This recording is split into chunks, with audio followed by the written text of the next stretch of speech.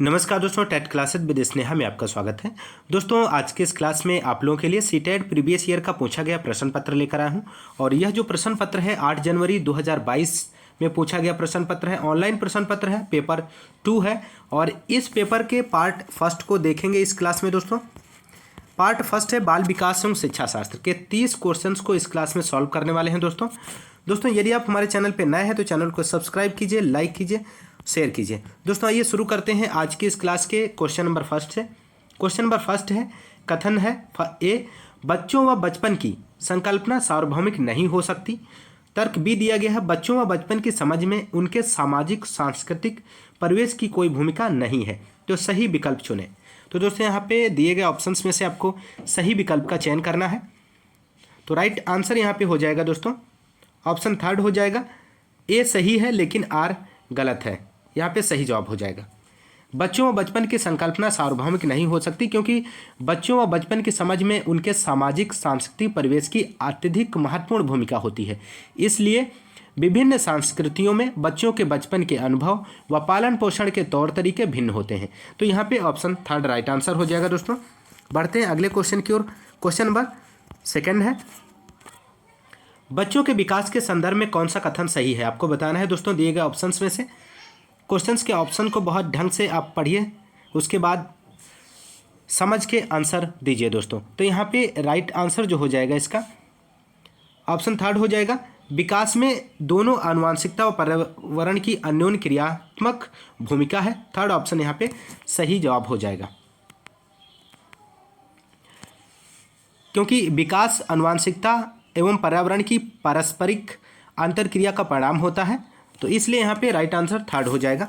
अगला question number third है, कथन ए दिया गया है, विकासात्मक प्रतिमान की निर्धारित उम्र सीमा केवल औसत उम्र सीमा दर्शाती है।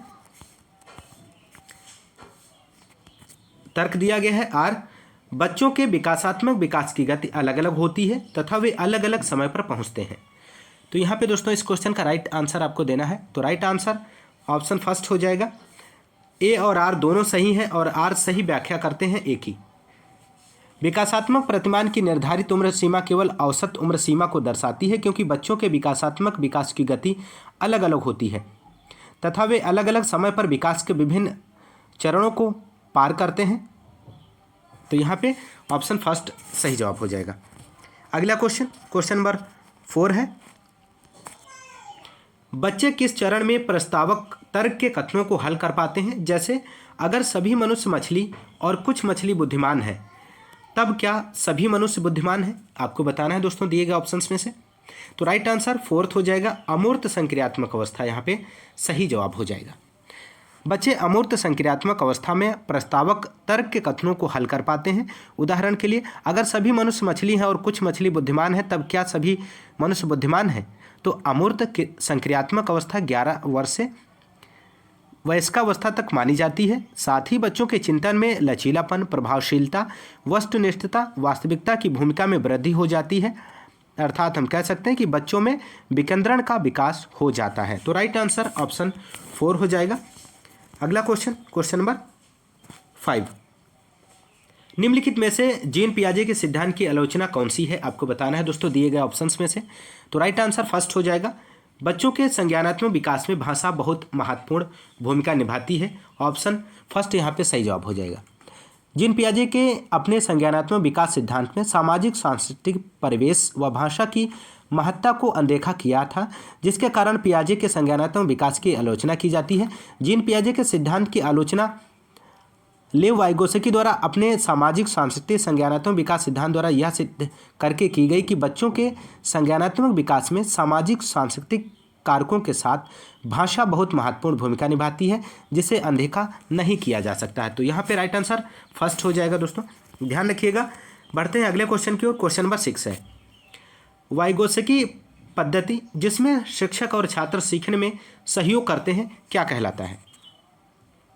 तो राइट आंसर सेकेंड हो जाएगा दोस्तों, पारस्परिक शिक्षण होता है। वाइगोत्स्की पद्धति जिसमें शिक्षक और शिक्षार्थी सीखने में सहयोग करते हैं पारस्परिक शिक्षण कहलाता है। पारस्परिक शिक्षण का मुख्य उद्देश्य विद्यार्थी के पठन बोध, रीडिंग कम्प्रिहेंशन की क्षमता को उन्नत करते हुए विकसित करना है। तो राइट आंसर ऑप्शन सेकंड हो जाएगा। महत्वपूर्ण प्रश्न है, ध्यान रखिएगा दोस्तों। अगला क्वेश्चन, क्वेश्चन नंबर 7, लेव वाइगोत्स्की के सिद्धांत के अनुसार पाड़ आपको बताना है। तो राइट आंसर हो जाएगा फर्स्ट, के संदर्भ में बच्चों को दी जाने वाली सहायता की मात्रा व गुणवत्ता में बदलाव करने की आवश्यकता है।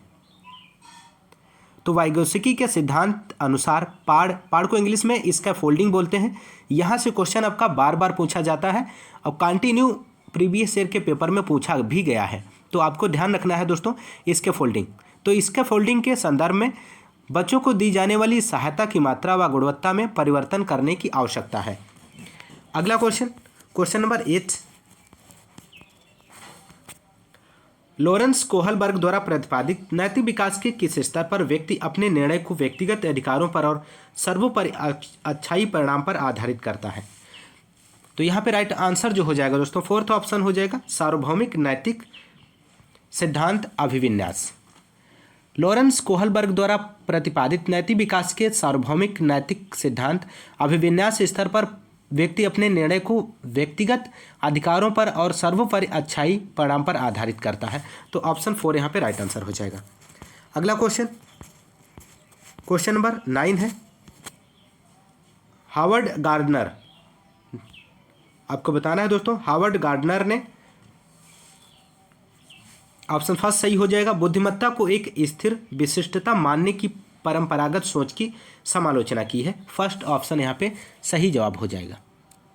हावर्ड गार्डनर ने बुद्धिमत्ता को एक स्थिर विशिष्टता मानने की परंपरागत सोच की समालोचना करते हुए कहा था कि बुद्धि का प्रकार की नहीं अपितु विभिन्न कारकी प्रकार की बुद्धिमत्ताएं होती हैं तथा प्रत्येक बुद्धिमत्ता क्षमता अन्य से पृथक होती है।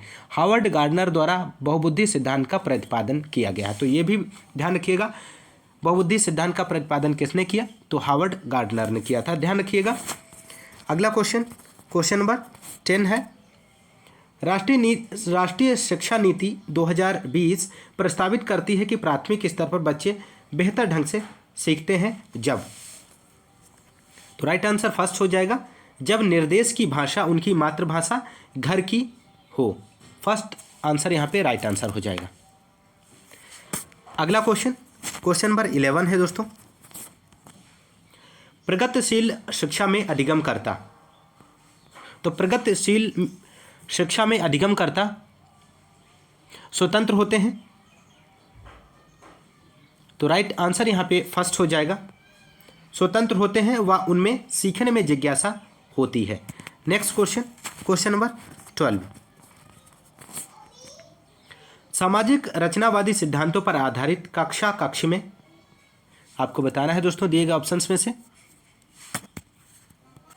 तो राइट आंसर यहाँ पे हो जाएगा थर्ड ऑप्शन, गतिविधि के अनुसार बैठने की व्यवस्था में बदलाव होता है। थर्ड ऑप्शन यहाँ पे सही जवाब हो जाएगा। अगला क्वेश्चन, क्वेश्चन नंबर 13 है, निम्नलिखित में से कौन सी रणनीति एक शिक्षक द्वारा माध्यमिक कक्षाओं में जेंडर रूढ़िवादिता को संबोधित करने के लिए सही नहीं है? आपको बताना है दोस्तों। तो यहाँ पे राइट आंसर फोर्थ हो जाएगा, लड़कों को गणित और विज्ञान एवं लड़कियों को भाषा लेने के लिए प्रोत्साहित करना। ऑप्शन फोर्थ यहाँ पे सही जवाब हो जाएगा। अगला क्वेश्चन, क्वेश्चन नंबर 14 है दोस्तों, अधिगमकर्ताओं में व्यक्तिगत विभिन्नताओं को संबोधित करने के लिए स्कूलों को क्या करना चाहिए? दिए गए ऑप्शंस को आप ध्यान से पढ़िए और पढ़ने के बाद आप क्वेश्चन का आंसर दीजिए। तो राइट आंसर दोस्तों यहाँ पे हो जाएगा सेकंड, अधिगमकर्ताओं के बीच सभी विभिन्नताओं को खारिज कर देना चाहिए। ऑप्शन सेकंड यहाँ पे राइट आंसर हो जाएगा।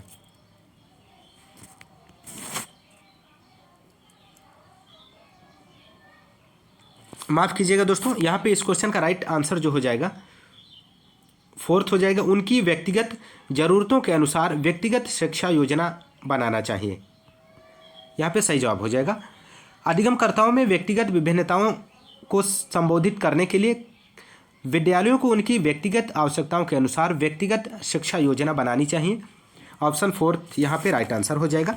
बढ़ते हैं नेक्स्ट क्वेश्चन की ओर। क्वेश्चन नंबर 15 है, निम्नलिखित में से कौन सा प्रश्न बच्चों में समालोचनात्मक सोच को बढ़ावा देने का उदाहरण है? तो राइट आंसर यहाँ पे हो जाएगा सेकेंड ऑप्शन, अपने राज्य में पानी की कमी को दूर करने के लिए विभिन्न उपाय सुझाएं।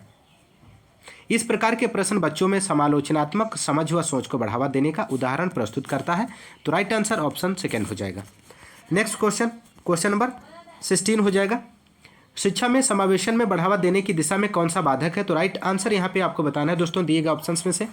तो राइट आंसर हो जाएगा थर्ड, अगम्य इमारतें हो जाएगा। अगम्य इमारतें शिक्षा के समावेशन में बढ़ावा देने की दिशा में बाधक का कार्य करती हैं, जबकि समता का अधिकार, समानुभूति की संस्कृति, मध्यवर्तन पर प्रतिक्रिया आदि शिक्षा में समावेशन को बढ़ाती हैं। तो राइट आंसर थर्ड हो जाएगा दोस्तों। अगला क्वेश्चन नंबर 17 है दोस्तों। निम्नलिखित में से कौन सा अभ्यास समावेशी शिक्षा की विचारधारा के खिलाफ जाता है? तो राइट आंसर बताना है दोस्तों आपको। तो राइट आंसर थर्ड हो जाएगा, कुछ चुने हुए अधिगमकर्ता से ही उच्च उम्मीदें रखना। समावेशी शिक्षा की विचारधारा के विरुद्ध है। समावेशी शिक्षा के अंतर्गत प्रत्येक अधिगमकर्ता को बिना किसी भेदभाव के समान समझा जाता है और सभी के विचारों व आवाज़ के समान महत्व दिया जाता है। साथ ही सांस्कृतिक रूप से समावेशी पाठ्यक्रम को लागू किया जाता है, जिससे कि समाज के प्रत्येक वर्ग से आने वाले विद्यार्थी एक साथ एक विद्यालय में शिक्षा प्राप्त कर सकें। समावेशी शिक्षा विविधता के प्रति सकारात्मक प्रतिक्रिया या व्यवहार को प्रोत्साहन देती है। तो राइट आंसर थर्ड हो जाएगा यहाँ पे दोस्तों, ध्यान रखिएगा। अगला क्वेश्चन नंबर 18 है। निम्नलिखित में से कौन सी दिव्यांगता सीधे तौर पर सामाजिक अंतःक्रियाओं में कठिनाई से जुड़ी है? तो राइट आंसर यहाँ पे हो जाएगा इस क्वेश्चन का ऑप्शन ए, स्वलीनता हो जाएगा। स्वलीनता प्रत्यक्ष रूप से सामाजिक अंतःक्रिया में कठिनाई से संबंधित होती है और स्वलीनता को ऑटिज्म कहते हैं। ऑटिज्म, ध्यान रखिएगा, इंग्लिश में ऑटिज्म, AUTISM, ऑटिज्म हो जाएगा। अगला क्वेश्चन नंबर 19। निम्नलिखित में से कौन सा अभ्यास श्रवण बाधित विद्यार्थियों के सफल समावेशन में बाधा उत्पन्न करेगा? तो राइट आंसर 4 हो जाएगा यहाँ पे, शिक्षण के व्याख्यान उपागम पर व्यापक रूप से भरोसा करना। श्रवण बाधित विद्यार्थियों के सफल समावेशन है सूचना संसाधित करने के लिए अतिरिक्त समय देना चाहिए। घोषणाओं और चलचित्रों के लिए शीर्षकों और कथानकों को उपयोग करना चाहिए तथा कक्ष में ऊँट पढ़ने की स्थिति को अत्यधिक रूप से बढ़ाना चाहिए, परंतु शिक्षण के व्याख्यान उपागम पर व्यापक रूप से भरोसा नहीं करना चाहिए। अगला क्वेश्चन नंबर 20। प्रतिभाशाली विद्यार्थियों की आवश्यकताओं को पूरा करने के लिए एक शिक्षक को निम्नलिखित में से किससे बचना चाहिए? तो आपको बताना है दोस्तों। तो राइट आंसर यहाँ पे थर्ड हो जाएगा, सभी विद्यार्थियों के लिए एक समान लक्ष्य निर्धारित करना। यहाँ पे थर्ड ऑप्शन सही जवाब हो जाएगा।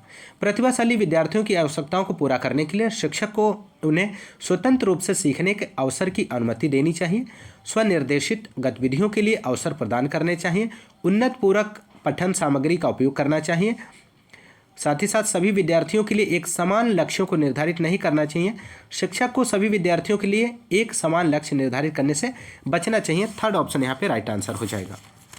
नेक्स्ट क्वेश्चन नंबर 21 है। अभिकथन ए है, एक शिक्षिका को विद्यार्थियों को विभिन्न परिस्थितियों में अधिगम को लागू करने का अवसर देने चाहिए। कारण आर दिया गया, सीखे गए संप्रत्तियों को किन्हीं परिस्थितियों में लागू करने से शिक्षार्थियों का ज्ञान गहरा और दीर्घकालीन हो जाता है। तो दोस्तों यहाँ पे राइट आंसर फर्स्ट हो जाएगा। ए और आर दोनों सही हैं और आर सही व्याख्या करते हैं ए की। ए शिक्षक को विद्यार्थियों को विभिन्न परिस्थितियों में अधिगम को लागू करने का अवसर देने चाहिए ताकि वह अच्छी तरह सीख सके, क्योंकि सीखे गए संप्रत्तियों को किन्हीं परिस्थितियों में लागू करने से शिक्षार्थियों का ज्ञान गहरा हो जाता है और उन्हें दीर्घकाल के लिए स्मरण रहता है। तो यहाँ पे जो कथन ए, कारण आर दोनों सही हैं और आर ए का सही व्याख्या करता है, तो ऑप्शन फर्स्ट सही जवाब है। अगला क्वेश्चन नंबर 22। एक शिक्षिका अपने विद्यार्थियों के बीच संज्ञानात्मक प्रबोधन कौशल को सुसाध्य करना चाहती है। इस उद्देश्य के लिए उसे निम्नलिखित में से किससे बचना चाहिए? तो राइट आंसर फर्स्ट हो जाएगा दोस्तों, त्रुटियों को बिना चर्चा के खारिज करना। ऑप्शन फर्स्ट सही जवाब हो जाएगा। अगला क्वेश्चन नंबर 23 है दोस्तों। विद्यार्थियों की विफलता अक्सर अधिगम कार्यों में अरुचि से जुड़ी होती है। इसे निम्न में से किसके द्वारा कम किया जा सकता है? दिए गए ऑप्शंस को आप ध्यान से पढ़िए। पढ़ने के बाद आप आंसर देने की कोशिश कीजिए। तो राइट आंसर यहाँ पे हो जाएगा दोस्तों ऑप्शन सेकेंड हो जाएगा, विद्यार्थियों को कार्यों को सीखने की प्रासंगिकता को समझने में मदद करना। यहाँ पे सही जवाब हो जाएगा। विद्यार्थियों की विफलता अक्सर अधिगम कार्यों में अरुचि से जुड़ी होती है। इसे विद्यार्थियों को कार्यों को सीखने की प्रासंगिकता को समझने में सहायता करके कम किया जा सकता है दोस्तों।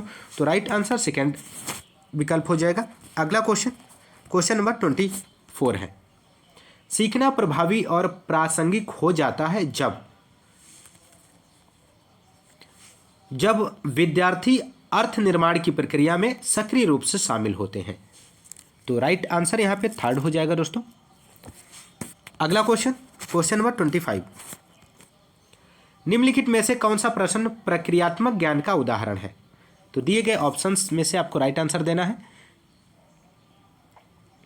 तो साइकिल कैसे चलाई जाती है, यह प्रश्न प्रक्रियात्मक ज्ञान का उदाहरण देता है। तो राइट आंसर यहाँ पे हो जाएगा थर्ड। अगला क्वेश्चन नंबर 26, अधिसंज्ञान के बारे में निम्नलिखित में से कौन सा कथन सही नहीं है? आपको बताना है इनमें से कौन सा सही नहीं है ऑप्शन। तो राइट आंसर सेकेंड हो जाएगा, अधिसंज्ञान एक निचले क्रम का ज्ञान है। अधिसंज्ञान एक निचले क्रम का ज्ञान है। यह कथन अधिसंज्ञान के संदर्भ में सही नहीं है। अधिसंज्ञान उच्च क्रम का ज्ञान होता है दोस्तों। अधिसंज्ञान अपने ज्ञान पर मनन करने में सहायता करता है। यह संज्ञान व अधिगम को नियमित करता है। सरल शब्दों में कहा जाए तो अधिसंज्ञान सोच के बारे में सोच है। ध्यान रखिएगा। अगला क्वेश्चन नंबर 27, निम्नलिखित में से कौन सा कारक विद्यार्थियों की समस्या समाधान प्रक्रिया में बाधा डालता है? तो राइट आंसर यहां पे हो जाएगा इस क्वेश्चन का दोस्तों ऑप्शन 4 हो जाएगा, सामग्री के पारंपरिक उपयोग पर स्थिरता। सामग्री के पारंपरिक उपयोग पर स्थिरता विद्यार्थियों की समस्या समाधान प्रक्रिया में बाधक होती है। राइट आंसर हो जाएगा फोर्थ। अगला क्वेश्चन नंबर 28, वैकल्पिक अवधारणाओं के संदर्भ में निम्नलिखित में से कौन सा कथन सही है? तो इस क्वेश्चन का दोस्तों यहाँ पे राइट आंसर हो जाएगा विकल्प सेकंड, वैकल्पिक अवधारणाएं बच्चों की सीखने की क्षमता में मध्यस्थता करने में सार्थक है। वैकल्पिक अवधारणाएं बच्चों की सीखने की क्षमता में मध्यस्थता करने में सार्थक होती हैं। यह कथन वैकल्पिक अवधारणाओं के संदर्भ में सही कथन है दोस्तों, ध्यान रखिएगा। अगला क्वेश्चन नंबर 29, निम्नलिखित में से कौन सा संवेग अधिगम को नकारात्मक रूप से प्रभावित करता है? तो दिए गए ऑप्शंस में दोस्तों आपको बताना है कौन सा ऑप्शन राइट आंसर हो जाएगा। तो राइट आंसर ऑप्शन थर्ड हो जाएगा, निराशा। निराशा अधिगम को नकारात्मक रूप से प्रभावित करती है, जबकि जिज्ञासा, गौरव, आनंद जैसे संवेग अधिगम को सकारात्मक रूप से प्रभावित करते हैं। तो दोस्तों ये रहे